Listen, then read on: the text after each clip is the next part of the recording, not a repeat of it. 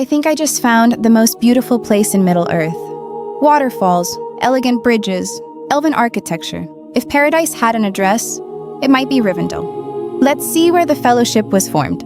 This room changed Middle-earth forever. One meeting, one impossible mission, and somehow, it all started right here. Rivendell combined practical sets with digital extensions, creating one of the most iconic fantasy locations ever filmed. Would you stay here for eternity? Welcome to Death Star. Imagine Darth Vader personally opens this door for you and tells you the Emperor is waiting. Do you walk in or run? The Death Star doesn't look like a space station anymore. It looks like a moon-sized machine still under construction. And somewhere inside, the Emperor is watching. I don't think I'd be in a hurry to dock. Inside Death Star, the throne room is surprisingly quiet. No alarms, no soldiers shouting, just one enormous window looking out into space. I don't know what's scarier, the Emperor or the silence. So, would you dare step into the Emperor's throne room? The production team said this tree was too peaceful for what they needed to film here. Think about what that means.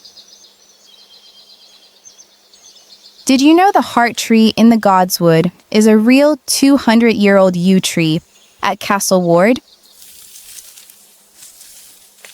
The production team spent 3 weeks hand-attaching artificial blood-red leaves to its branches.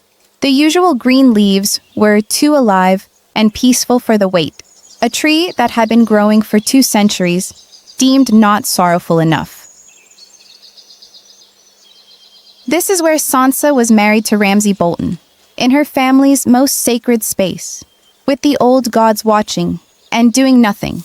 I used to be angry about that scene. I am still angry about that scene. But here's the thing about the Godswood and the old gods. The old gods didn't forget Sansa. They just had a longer plan than we did. This tree has been watching the whole time. This bedroom is split perfectly in half between 2 completely opposite people. And every single detail was intentional before a single actor ever walked in.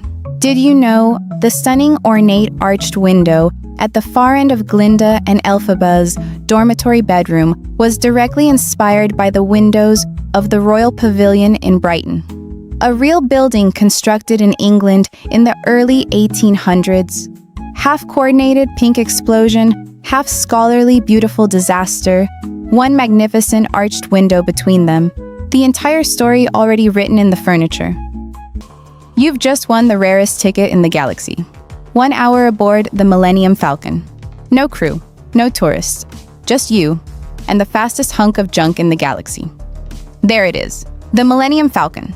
From the movies, I always imagined it was enormous. But standing next to it, it's surprisingly compact. Every panel is scratched, every corner looks repaired. It's not shiny, it's not perfect. And somehow, that makes it even cooler. Alright, let's go inside. Inside the Millennium Falcon, the first thing I notice, it's cozy. The curved hallways feel more like a home than a spaceship. And then, the cockpit. You've seen it in every Star Wars movie.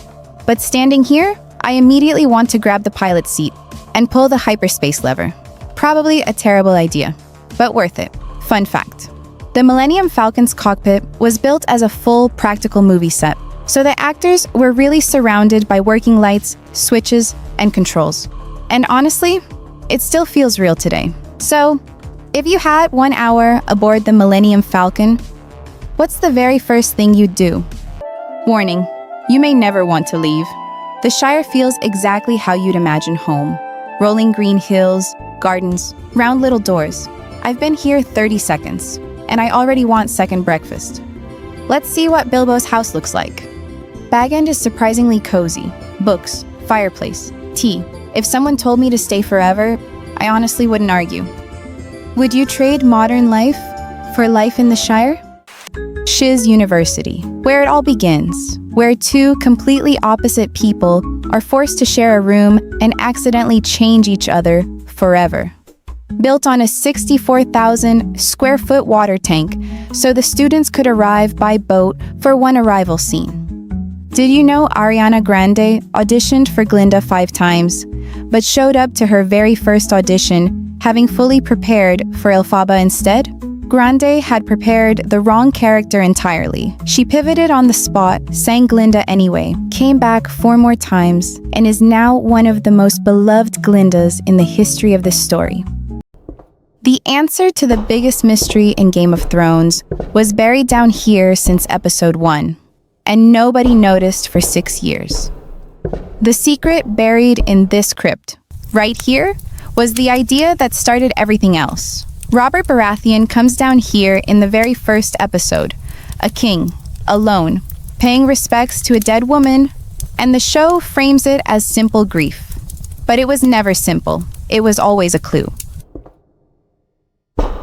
Before the Red Wedding, before Ned's death, before dragons, the identity of one boy in these crypts was the seed from which the entire world of ice and fire grew.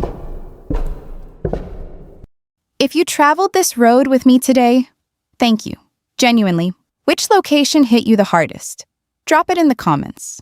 And if you want to keep following this road wherever it leads next, you know what to do.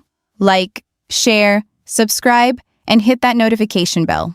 This is Timeline Cameron, and I will see you in the next era.